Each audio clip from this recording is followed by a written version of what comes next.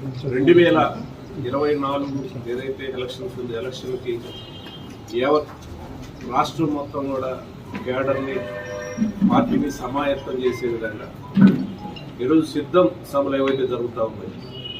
మొదటి సభ భీమిలిలో జరిగితే, రెండవ సభ బెందులూరులో జరగడం జరిగింది, మూడో సభ రాయలసీమలో రాప్తాడులో, నాలుగో సభ చిలకలూరుపేట దగ్గర మేదరమెట్ల యువతల పల్నాడుకు సంబంధించిన ప్రాంతంలో నాలుగో సభ జరుగుతుంది.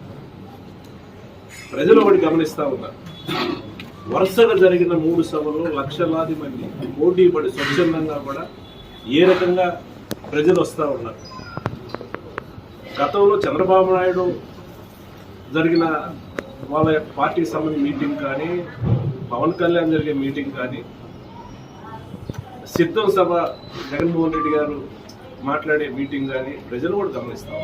ఎందుకంటే జగన్మోహన్ రెడ్డి గారు ప్రతి మీటింగ్లో కూడా ప్రజలకు ఇచ్చిన సంక్షేమ కార్యక్రమాలు ఏవైతే ఉన్నాయో, ప్రజలకు ఇచ్చిన హామీలు అయితే ఏమైనా ఉన్నాయో, 2019లో మేనిఫెస్టో ఏదైతే ప్రజల ముందు పెట్టి 100% ఈరోజు అమలు చేసిన తీరు కానీ, సంతృప్తికరంగా ఈరోజు ప్రజలు ఉంటే ఎక్కడా కూడా వ్యక్తిగత దోషణలు కానీ, వ్యక్తిగత నిందలు వేసే కార్యక్రమం కాకుండా ప్రజలను కన్విన్స్ చేసే విధంగా ఒకటే అప్పీల్ చేస్తా ఉన్నాడు జగన్మోహన్ రెడ్డి గారు. నేను మంచి చేశాను అనుకుంటేనే నాతో నడవండి, నాకు తోడుగా ఉండండి అని అప్పీల్ చేస్తూ ఉన్నాడు. కానీ ఒక పక్క పవన్ కళ్యాణ్, చంద్రబాబు నాయుడు మీటింగ్ చూస్తూ ఉంటే వాళ్ళు చెప్పేది గతంలో ఏం చేయలేరు, మేము ఇది చేస్తామని చెప్పే ధైర్యం లేదు. కానీ వ్యక్తిగతంగా జగన్మోహన్ రెడ్డి విమర్శ చేయడానికి మీటింగ్లు వాడుకున్నారు తప్పితే ఎక్కడా కూడా ప్రజలను కన్విన్స్ చేసి చెప్పే కార్యక్రమం చేయట్లేదు. తద్వారా ఏదో వాళ్ళకు ఓట్లు వస్తాయని అనుకుంటా ఉన్నారు. ఇది ప్రజలందరూ కూడా డిసైడ్ అయ్యారు. ఇప్పటికే 175కి 175 సీట్లు జగన్మోహన్ రెడ్డి గారికి భారీ మెజార్టీ తోటి వైఎస్ఆర్ పార్టీని గెలిపించడానికి ప్రజలందరూ కూడా సిద్ధంగా ఉన్నారు.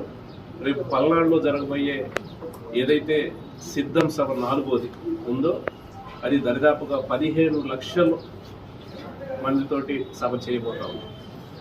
విజయవంతంగా ఎప్పుడా అని కూడా అందరూ కూడా ఎదురు చూస్తూ ఉన్నారు. ఇదే ఊపితోటి జగన్మోహన్ రెడ్డి గారి నాయకత్వంలో వైఎస్ఆర్ పార్టీ 175 సీట్లు కొట్టబోతా ఉన్నారు. ఎక్కడా కూడా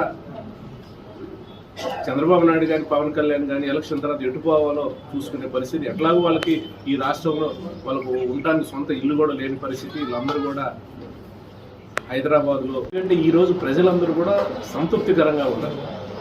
వాళ్ళకి అందించిన సంక్షేమ కార్యక్రమాలు కానీ, వాళ్ళ గ్రామంలో చేసిన డెవలప్మెంట్ కానీ బ్రహ్మాండంగా కూడా ఈరోజు ప్రజలందరూ సంతృప్తికరంగా ఉన్నారు. కాబట్టి ఎప్పుడు ఎలక్షన్స్ వచ్చినా జగన్మోహన్ రెడ్డి గారి కోసం మంచి మెజారిటీ తోటి ఆ వైఎస్ఆర్ పార్టీ అభ్యర్థి గెలిపించడానికి రెడీగా ఉన్నారు. రేపు 4వది సిద్ధం సభ. ఈ రాష్ట్రంలో ఉండే ప్రతిపక్షాలు కళ్ళు తెరుచుకొని చూడాల్సిన అవసరం ఉంది. ఇప్పుడైనా ఆలోచన చేయండి. జగన్మోహన్ రెడ్డి గారిని వ్యక్తిగతంగా మాట్లాడటం ఇప్పుడైనా నోరు అదుపులో పెట్టుకొని మాట్లాడితే బాగుంటుంది. అది వ్యక్తిగతంగా మాట్లాడటం వల్ల మీకు ఒక ఓటు కూడా అదనంగా వచ్చే పరిస్థితి ఉంది. మీరు కష్టపోతారు. అది ఆలోచన చేయమని కోరుతాం.